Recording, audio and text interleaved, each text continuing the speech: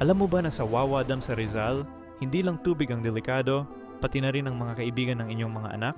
Noong nakaraan, may pamilyang nag-camping malapit sa abandoned dam na ito. Masaya naman ang mga bata. Laging naglalaro sa labas, nakakakuha ng mga bagong kaibigan. Normal lang, di ba? Pero napansin ng mga magulang na tuwing gabi, umuwi ang kanilang mga anak na basang-basa. Sabi nila, naglalaro raw sila ng mga laro tulad ng patintero at luksong tinik kasama ang mga kaibigan nila sa tubig. Ang problema, walang ibang pamilyang nag-camping doon. Nang tanungin nila ang mga lokal, nalaman nilang tuwing summer vacation may isang batang nawawala sa lugar na iyon. At lahat ng pagkakawalang ito, nangyayari sa death anniversary ng mga batang nalunod noong ginagawa pa ang dam noong 1970s. Dozens ng mga bata ang namatay noon dahil sa aksidente. At hanggang ngayon, hinahanap pa rin nila ng mga kaibigan na makakalaro. Kaya pag pumunta kayo doon, tandaan, hindi lahat ng nakangiting bata ay buhay pa.